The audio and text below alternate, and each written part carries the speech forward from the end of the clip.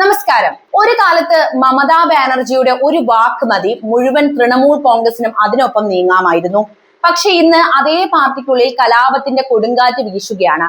എംപിമാർ വിമതരാകുന്ന പാർട്ടി ചിഹ്നത്തിന് വേണ്ടി പോരാട്ടം ശക്തമാകുന്നു. ബംഗാളിന്റെ രാഷ്ട്രീയം പതിയെ വഴിത്തിരിവിലേക്ക് നീങ്ങുന്നു. മമതയുടെ കോട്ട ശരിക്കും തകരുകയാണോ, അതോ ഇതൊരു വലിയ രാഷ്ട്രീയ തിരിച്ചുവരവിന്റെ തുടക്കമാണോ? കൃത്യമായിട്ട് തന്നെ നമുക്ക് ഈ വിഷയങ്ങൾ വിലയിരുത്താം. അതിനു മുൻപ് ഈ വിഷയത്തിൽ നിങ്ങളുടെ അഭിപ്രായം ഇപ്പോൾ തന്നെ കമന്റ് ആക്കി രേഖപ്പെടുത്തുക. ഇന്ത്യൻ രാഷ്ട്രീയത്തിൽ ചില സംഭവങ്ങൾ ഒരു സംസ്ഥാനത്തിന്റെ അതിർത്തികൾക്കപ്പുറം ദേശീയ രാഷ്ട്രീയത്തിന്റെ ഗതിവിഗതികൾ തന്നെ മാറ്റിമറിക്കാറുണ്ട്.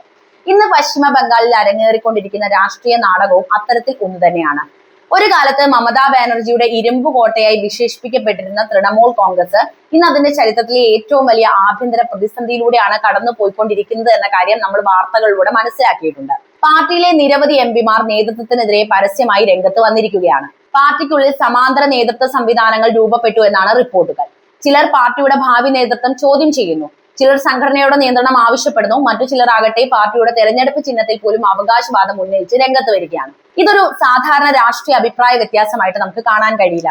ഇത് അധികാരത്തിനെതിരെയുള്ള ഒരു പോരാട്ടമാണ്, ഒരു പാർട്ടിയുടെ ആത്മാവിനെ നിയന്ത്രിക്കാനുള്ള പോരാട്ടം. അതുകൊണ്ട് തന്നെ രാഷ്ട്രീയ നിരീക്ഷകർ ചോദിക്കുന്നത് ഒരു പ്രധാനപ്പെട്ട ചോദ്യമാണ്: തൃണമൂൽ കോൺഗ്രസ് ഒരു വലിയ പിളർപ്പിലേക്ക് നീങ്ങുകയാണോ എന്നതാണ് ആ പ്രസക്തമായ ചോദ്യം. ഈ ചോദ്യത്തിന് ഉത്തരം കണ്ടെത്തണമെങ്കിൽ ആദ്യം തൃണമൂൽ കോൺഗ്രസിന്റെ രാഷ്ട്രീയ യാത്രയിലേക്ക് നമ്മളൊന്ന് തിരിഞ്ഞു നോക്കേണ്ടതുണ്ട്. 1998 കോൺഗ്രസിൽ നിന്ന് വേർപിരിഞ്ഞ് മമതാ ബാനർജി രൂപീകരിച്ച പാർട്ടിയാണ് തൃണമൂൽ കോൺഗ്രസ്. അന്ന് പശ്ചിമ ബംഗാളിൽ CPM-ന്റെ നേതൃത്വത്തിലുള്ള ഇടതുമുന്നണി അതിശക്തമായിരുന്നു. 3 പതിറ്റാണ്ടിലേറെയായി അവർ ഭരണം കൈവശം വെച്ചിരുന്നു. പലരും കരുതിയത് മമതാ ബാനർജിയുടെ പുതിയ പാർട്ടിക്ക് വലിയ ഭാവിയില്ല എന്നായിരുന്നു. എന്നാൽ വർഷങ്ങളോളം തെരുവുകളിൽ പോരാടിയും ജനകീയ പ്രക്ഷോഭങ്ങൾ നയിച്ചും മമതാ ബാനർജി ക്രമേണ ബംഗാളിലെ ഏറ്റവും ശക്തമായ രാഷ്ട്രീയ നേതാവായി മാറുന്ന കാഴ്ചയാണ് പിന്നീട് പൊളിറ്റിക്കൽ ഇന്ത്യ നോക്കിക്കണ്ടത്. സിംഗൂർ സമരവും നന്ദിഗ്രാം പ്രക്ഷോഭവും മമതയുടെ രാഷ്ട്രീയ ഉയർച്ചയ്ക്ക് നിർണായക വഴിത്തിരിവുകളായി.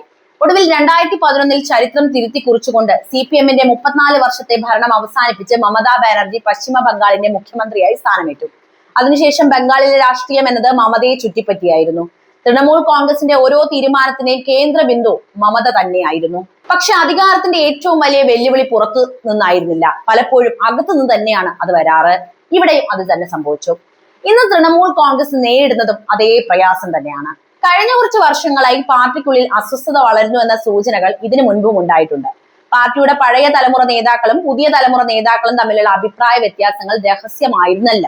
പല നേതാക്കൾക്കും പാർട്ടിയിൽ തങ്ങളുടെ പ്രാധാന്യം കുറയുകയാണ് എന്ന തോന്നലായിരുന്നു ഉണ്ടായിരുന്നത്. പ്രത്യേകിച്ച് പാർട്ടിയുടെ ദേശീയ ജനറൽ സെക്രട്ടറി കൂടിയായ അഭിഷേക് ബാനർജിയുടെ ഉയർച്ച പലരെയും അസ്വസ്ഥരാക്കിയെന്നാണ് രാഷ്ട്രീയ നിരീക്ഷകർ വിലയിരുത്തുന്നത്. അഭിഷേക് ബാനർജി വെറും ഒരു നേതാവ് മാത്രമായിരുന്നില്ല അവർക്ക്. മമതാ ബാനർജിയുടെ രാഷ്ട്രീയ പിൻഗാമിയായി പലരും അദ്ദേഹത്തെ നോക്കിക്കണ്ടു. പാർട്ടിയുടെ ഭാവി നേതൃത്വം അദ്ദേഹത്തിലേക്ക് കേന്ദ്രീകരിക്കപ്പെടുകയാണ് എന്ന ധാരണയും ശക്തമാണ്.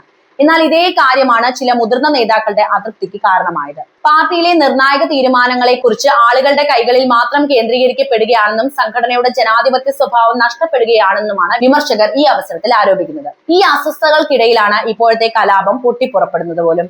വിമത വിഭാഗം പറയുന്നത് അവർ പാർട്ടി വിരുദ്ധരല്ല എന്നാണ്, മറിച്ച് പാർട്ടിയെ രക്ഷിക്കാനാണ് തങ്ങൾ ശ്രമിക്കുന്നതെന്ന് അവർ അവകാശപ്പെടുന്നു. തൃണമൂൽ കോൺഗ്രസ് തന്റെ അടിസ്ഥാന ആശയങ്ങളിൽ നിന്ന് അകന്നു പോയി എന്നും ജനങ്ങളുമായുള്ള ബന്ധം ദുർബലമായി എന്നും അവർ ആരോപിക്കുന്നു. മറുവശത്താകട്ടെ ഔദ്യോഗിക നേതൃത്വം പറയുന്നത് ഇത് പാർട്ടിയെ തകർക്കാനുള്ള ആസൂത്രിത നീക്കമാണ് എന്ന വിഷയമാണ്. ഈ ഘട്ടത്തിലാണ് പോരാട്ടം കൂടുതൽ രൂക്ഷമാകുന്നത്. കാരണം ഇപ്പോൾ പ്രശ്നം വെറും ആശയപരമായ അഭിപ്രായ വ്യത്യാസം മാത്രമല്ല, അധികാരത്തിന്റെ കണക്കുകൂട്ടലുകളാണ്. പ്രത്യേകിച്ച് BJP പശ്ചിമ ബംഗാളിൽ അധികാരത്തിലേറിയ ഘട്ടം മുതൽ ലോക്സഭയിൽ തൃണമൂൽ കോൺഗ്രസ് നിർണായക സാന്നിധ്യമുണ്ട്. പാർട്ടിയിലെ വലിയൊരു വിഭാഗം എംപിമാർ നേതൃത്വത്തിനെതിരെ നിലകൊള്ളുകയാണെങ്കിൽ അത് ദേശീയ രാഷ്ട്രീയത്തെയും കാര്യമായി ബാധിക്കും. പ്രതിപക്ഷ രാഷ്ട്രീയത്തിൽ തൃണമൂൽ കോൺഗ്രസ് വഹിക്കുന്ന പങ്കും വളരെ വലുതാണെന്ന് അറിയാമല്ലോ. അതിനാൽ തന്നെ ഈ കലാപത്തിന്റെ പ്രത്യാഘാതങ്ങൾ ഡൽഹി വരെ എത്തുമെന്ന കാര്യവും ഉറപ്പാണ്. മാത്രമല്ല, പശ്ചിമ ബംഗാൾ ഇപ്പോൾ കൈവിട്ട സ്ഥിതിക്ക് പല പ്രത്യാഘാതങ്ങളും ഇനി ഉണ്ടാകാം. ഇതിനിടയിൽ മറ്റൊരു നിർണായക ചോദ്യവും ഉയർന്നു വരുന്നുണ്ട്: ആരാണ് യഥാർത്ഥ തൃണമൂൽ കോൺഗ്രസ് എന്നതാണ് ആ ചോദ്യം. അതിന് ഉത്തരം നൽകേണ്ടത് ആരാണ് എന്നല്ലേ? ഇന്ത്യൻ രാഷ്ട്രീയ ചരിത്രത്തിൽ ഇത് പുതിയ ചോദ്യമൊന്നുമല്ല. ശിവസേനയിലും NCPയിലും നമ്മൾ ഇത് കണ്ട കാര്യങ്ങൾ തന്നെയാണ്. പാർട്ടി പിളർന്നപ്പോൾ ഇരു വിഭാഗങ്ങളും യഥാർത്ഥ പാർട്ടി തങ്ങളാണ് എന്നാണ് അവകാശവാദം ഉന്നയിച്ചത്.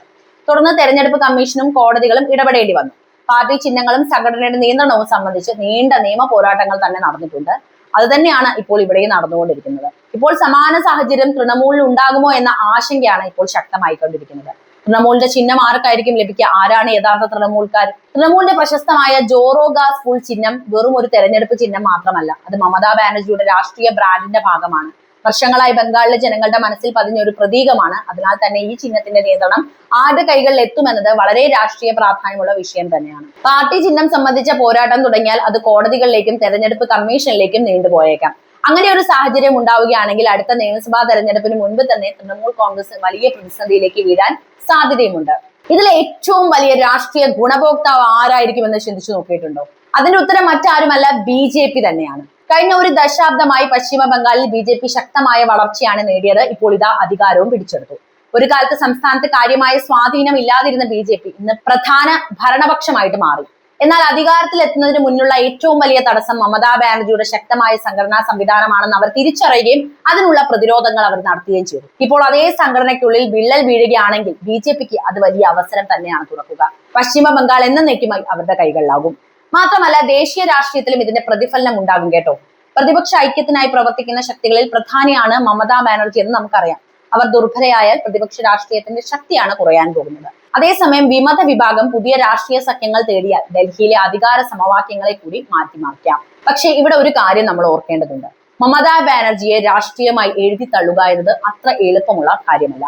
അവരുടെ മുഴുവൻ രാഷ്ട്രീയ ജീവിതവും പ്രതിസന്ധികളെ അതിജീവിച്ചതിന്റെ ചരിത്രമാണ് നമ്മളോട് പറയുന്നത്. കോൺഗ്രസിൽ നിന്ന് പുറത്തു വന്നപ്പോൾ അവർക്ക് ഭാവിയില്ല എന്ന് പറഞ്ഞവർ ഒത്തിരി ഉണ്ടായിരുന്നു. CPM-നെതിരെ പോരാടിയപ്പോൾ അവർ പരാജയപ്പെട്ടു എന്ന് പ്രവചിച്ചവരും ഉണ്ടായിരുന്നു. BJP ഉയർന്നു വന്നപ്പോൾ അവരുടെ രാഷ്ട്രീയ കാലം അവസാനിച്ചു എന്ന് വിലയിരുത്തിയവരും ഉണ്ട്. എന്നാൽ ഓരോ തവണയും മമത ശക്തമായിട്ടാണ് തിരിച്ചു വന്നത്. ഇപ്പോഴുണ്ടായ പരാജയം പോലും അത് വിജയമാക്കി മാറ്റാൻ മമതയ്ക്ക് അധികം സമയമെടുക്കില്ല. അതുകൊണ്ട് തന്നെ ഇപ്പോഴത്തെ പ്രതിസന്ധിയും അവർ മറികടക്കാൻ സാധ്യതയുണ്ട് എന്നാണ് നമുക്ക് മനസ്സിലാക്കാൻ കഴിയുന്ന ഒരു കാര്യം. എന്നാൽ ഒരു ചോദ്യം അവിടെയുമുണ്ട്. ഇതൊരു താൽക്കാലിക കലാപം മാത്രമാണോ, അല്ലെങ്കിൽ തൃണമൂൽ കോൺഗ്രസിന്റെ ചരിത്രത്തിലെ ഏറ്റവും വലിയ പിളർപ്പിന്റെ തുടക്കമാണോ? ഇന്ന് പശ്ചിമ ബംഗാളിൽ നടക്കുന്നത് ഒരു പാർട്ടിക്കുള്ളിലെ അധികാര പോരാട്ടം മാത്രമല്ല, അതൊരു സംസ്ഥാനത്തിന്റെ രാഷ്ട്രീയ ഭാവി നിർണ്ണയിക്കുന്ന യുദ്ധം തന്നെയാണ്. മമതാ ബാനർജിയുടെ രാഷ്ട്രീയ പാരമ്പര്യവും തൃണമൂൽ കോൺഗ്രസിന്റെ നിലനിൽപ്പും BJPയുടെ ഭാവി സാധ്യതകളും ദേശീയ പ്രതിപക്ഷ രാഷ്ട്രീയത്തിന്റെ ശക്തിയും എല്ലാം ഈ പോരാട്ടത്തിന്റെ ഫലവുമായിട്ടാണ് ബന്ധപ്പെട്ടിരിക്കുന്നത്. വരാനിരിക്കുന്ന ദിവസങ്ങളിൽ എന്ത് സംഭവിക്കുമെന്ന് കൃത്യമായിട്ട് പ്രവചിക്കാൻ സാധിക്കുകയില്ല. എന്നാൽ ഒരു കാര്യം നമുക്ക് ഉറപ്പിച്ച് പറയാം, പശ്ചിമ ബംഗാളിലെ രാഷ്ട്രീയം ഒരു നിർണായക വഴിത്തിരിയിലേക്ക് തന്നെയാണ് നീങ്ങിക്കൊണ്ടിരിക്കുന്നത്. മമതാ ബാനർജി വീണ്ടും തന്റെ പാർട്ടിയെ ഒന്നിപ്പിക്കുമോ? വിമതർ പുതിയ രാഷ്ട്രീയ ശക്തിയായി മാറാനുള്ള സാധ്യതയുണ്ടോ?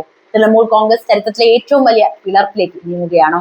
ഈ ചോദ്യങ്ങൾക്കുള്ള ഉത്തരമാണ് ഇനി ഇന്ത്യൻ രാഷ്ട്രീയം ഉറ്റുനോക്കുന്നത്. കാരണം ഇത് വെറും ഒരു പാർട്ടിയുടെ കഥ മാത്രമല്ലല്ലോ, അധികാരത്തിന്റെ, നേതൃത്വത്തിന്റെ, രാഷ്ട്രീയ നിലനിൽപ്പിന്റെ കഥയാണ്. അതിന് ഉത്തരം നൽകേണ്ടത് മമതാ ബാനർജി തന്നെയാണ്. ഇപ്പോൾ അധികാരം നഷ്ടപ്പെട്ട മമതാ ബാനർജിയെ ആരും പുച്ഛിച്ച് തള്ളാനും കഴിയില്ല. അപ്പോൾ എന്താണ് മമതാ ബാനർജിയെയും ഈ പാർട്ടിയെ കുറിച്ചുള്ള നിങ്ങളുടെ അഭിപ്രായം? ഇത് തന്നെയായാലും കമന്റ് ബോക്സിൽ എഴുതുമല്ലോ. വീഡിയോ ഇഷ്ടമായ ലൈക്ക് ചെയ്യാനും ഷെയർ ചെയ്യാനും ചാനൽ സബ്സ്ക്രൈബ് ചെയ്യാനും ശ്രദ്ധിക്കണേ.